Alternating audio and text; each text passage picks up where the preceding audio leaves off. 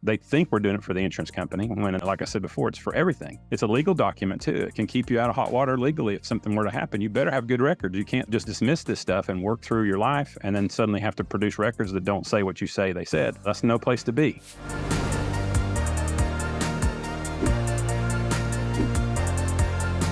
Hey, what's up, Smart Chiropractors? Welcome to Interviews by the Smart Chiropractor. I'm Dr. Jeff Langmaid here with my co-host, Dr. Jason Deitch. Today, we have the opportunity to sit down and chat with somebody that I've had the pleasure of knowing for quite a few years. We haven't seen each other in a little while, and we're going to talk about some of the most important things in and around the care you deliver, which is billing, coding, documentation, amongst other topics.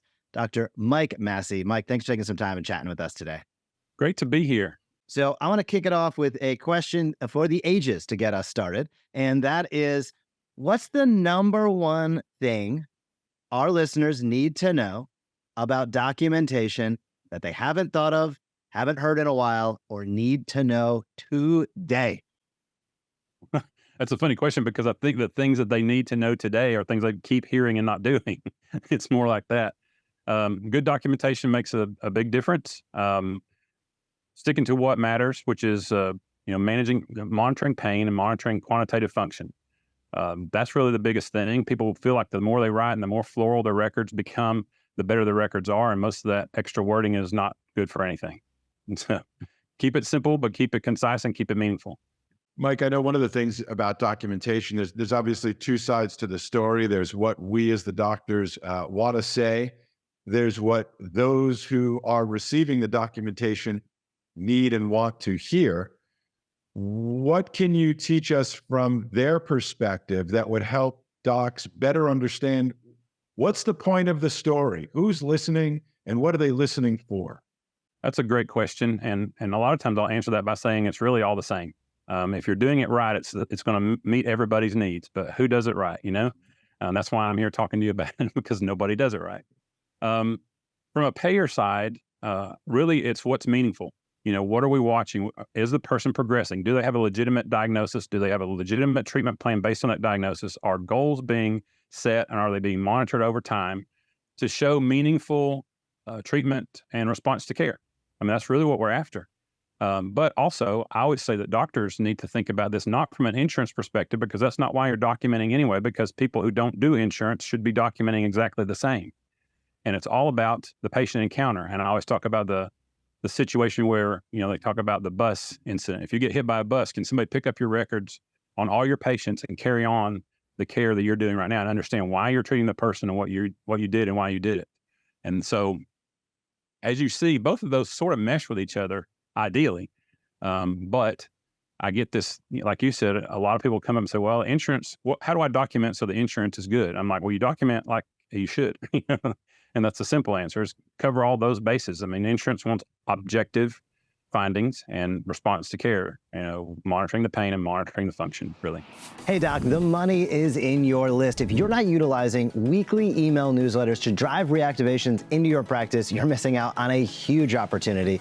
To schedule a demo and see how we help hundreds of docs do this each and every week, go to thesmartchiropractor.com today. Again, that is thesmartchiropractor.com. Schedule a demo with our team. But right now, we'll get back into this awesome interview on Interviews by the Smart Chiropractor. Mike, you brought up something there that I think is important. You mentioned it in the first answer and right then, and I want to dig deeper on it. You mentioned pain and functional improvement. My what I've seen is there's especially new docs that get out there. They're like hyper-focused on pain. It's like, how can I get somebody out of pain in less than one visit and I never see them again? And that means I'm the best doctor on planet Earth and best chiropractor. And I think there's a lot to be said in terms of, that's often not the case.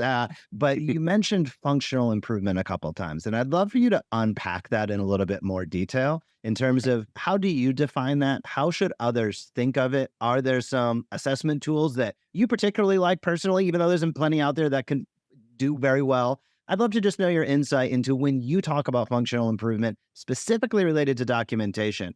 How do you think about it? How does it fit in with pain? And what do docs out there need to know so they don't become so myopic on just the levels of pain improvement? I totally get it, because we're in the pain business, right? But we're also in the function business. If anybody's honest with themselves, we're trying to get people to move better, to be able to do what they can't do right now, better, get back to their job, get back to their family, get back to their sports activity, whatever it is. It's not just all about pain for them either. So function wise, again, it comes back down to metrics. And really strangely enough, Medicare brought us back into this because that's what they monitor with their PART documentation. That's monitoring function and pain. Of course, that's what the P stands for. But we've had to relearn that. And I think in some ways we could take some lessons from physical therapists because they've been doing this for a long time and they do it the right way. If you ever get a physical therapist notes, most of the time they do exactly the things we want to do, maybe with a lot more words than we'd want, but they do actually do all that. They set goals and then monitor the goals over time. And if they meet them, then the patient's released ideally. And if they're not meeting them in a timely manner, then they extend out the care plan and focus on the things that aren't being met. So specifically, again, it comes down to things you can measure, things like range of motion, things like, the outcome assessment tools. They're all scored. So they have a quantitative value that you can work with. So anything that you can put a number on, and a lot of people get, wound up on those things. I also talk a little bit about things like sciatica. It's a little bit quantitative when you talk about a person presenting with sciatica all the way to the heel.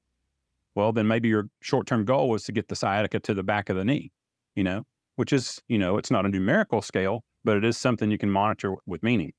So things like that too. You got people who can only work a certain amount of time before they hurt. That's a time factor. That's a number. I can work for an hour before I, experience excruciating pain. Well, we'd like for you to be able to work 4 hours or 8 hours or whatever. And so you set a goal and then you monitor the goal over time.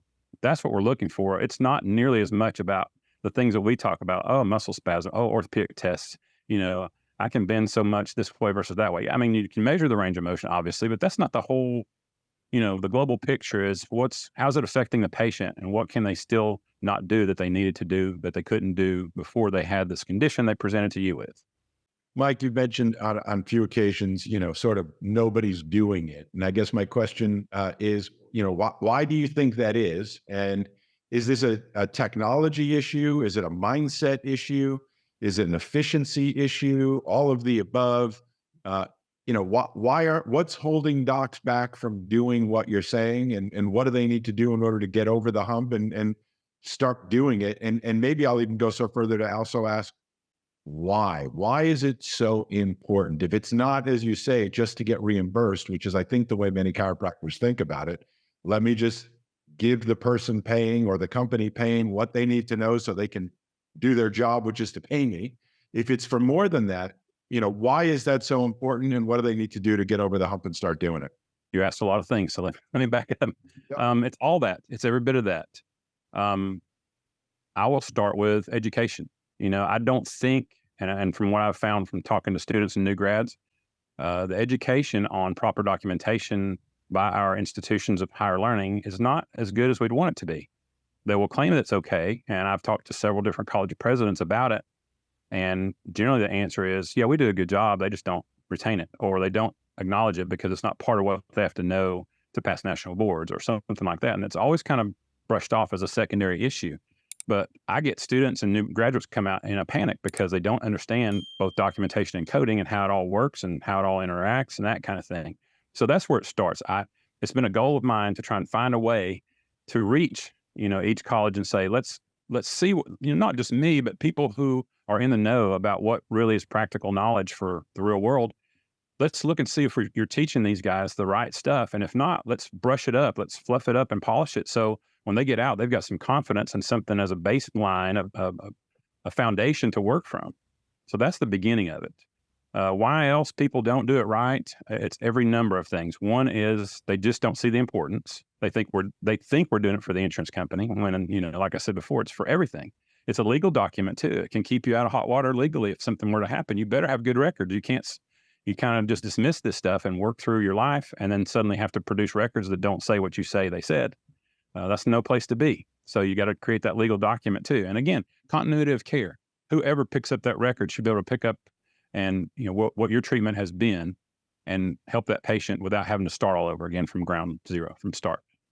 So that's the bigger thing. Technology is another thing. It's kind of made us lazy in some ways. There's not a perfect system out there yet. I mean, there's a lot of good ones, and there's a lot of less good ones, and there's a lot of poor ones. And nobody really knows how to tell the difference because they don't know what they're supposed to be putting in there and what the context and the syntax of it all is supposed to be. So technology also makes it too easy to click some boxes and press a button and everything's done. And when you read it, it sounds like a robot wrote it. And it doesn't really give a meaningful representation of the patient's condition or their response to care. So that's part of the problem. The rest is probably, and it depends on the practice. Some people, the volume is so high, they feel like they can't generate a meaningful note without just kind of halfway doing it, to get it done. And they always think they're going to come back and fix it and fluff it, and they don't. they're just too busy. So there's that. And again, that mentality of, well, I know what's going to get me paid, so I'm just going to put that in there.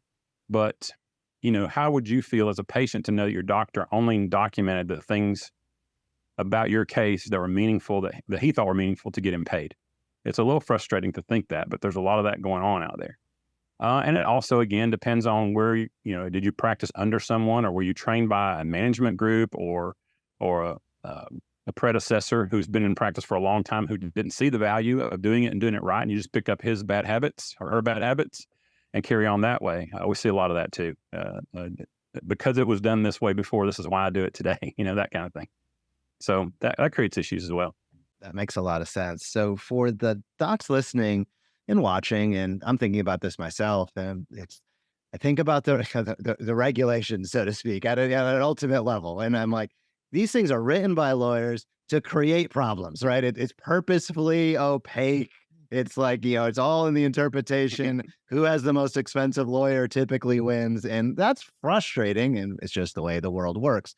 I say that, let's go to the good side of that now and say, with that being the context of, gosh, these are like insane to be able to understand, read, learn, and be able to implement. And even then, there's different interpretations of what these things mean.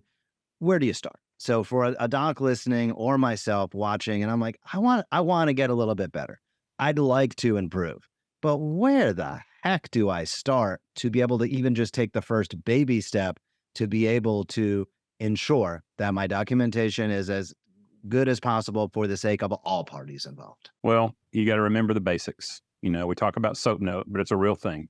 And if you just look at the components of it and reason what they really mean, I've seen people put stuff in different categories that makes no sense because they didn't even acknowledge what SOAP means.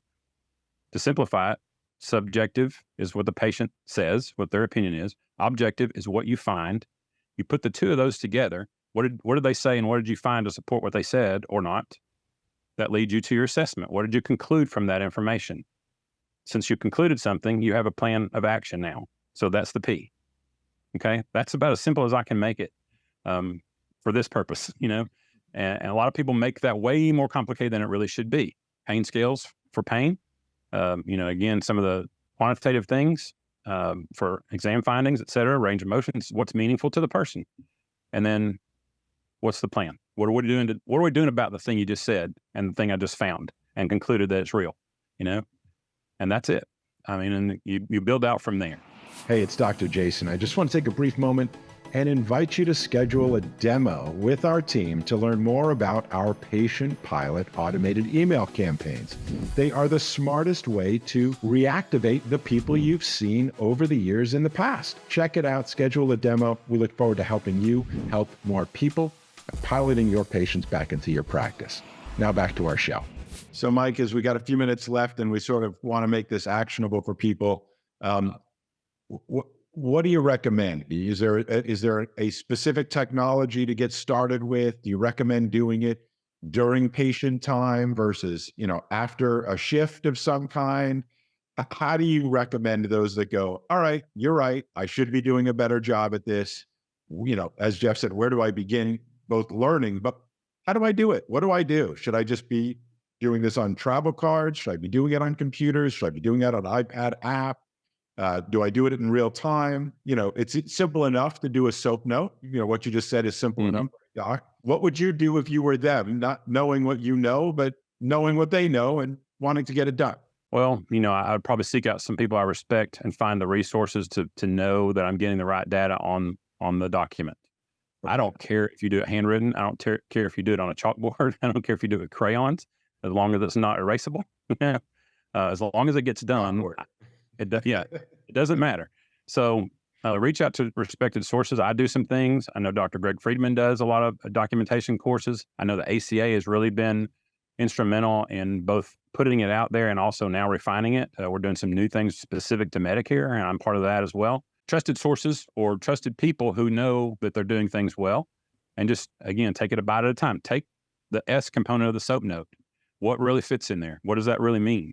Medicare has pretty specific guidelines on what they require as for documentation and what it really means. So if you go to the Medicare billing manual, it's online, it's under CMS's website. You just have to look under chiropractic billing and you'll pull it right up. That's a good guide too, because everybody uses that as a reference. Well, not everybody. Most people use that as a reference, and it's a good place to start. It's a good foundational document. What does S mean? What does P mean? What does all that? The part documentation fits under the SOAP note anyway. So if you just follow Medicare stuff and they say, here's what you need on a new patient visit, and here's what you need on a subsequent visit, you'd probably do pretty well for yourself by meeting all those criteria. So that's a good place to start too. And there's lots of resources, and you can take bites, you just got to know they're the right bites to take. That is well said. So for everybody listening and watching, I'd love to know where you're going to be on the road. Where's the easiest place for them to find out where you're going to be teaching? I know you also do, we didn't touch on it today, but some expert work as well. If a doc wants to connect with you personally or learn more about where you'll be teaching, where's the best resource for them? That's a good question, because I don't even know where I'm teaching most of the time. I got a couple of things. One is our website, practice-mechanics.com. Sometimes they're listed there. If somebody wants to reach out to me individually, personally, my email is docmassey, DOCMASSEY at comcast.net. And that's about the easiest way. I'm on all the social media platforms. I'm on LinkedIn. If there's anything out there, I'm probably on it. So just search my name wherever you are, and there's probably a way to get in touch with me.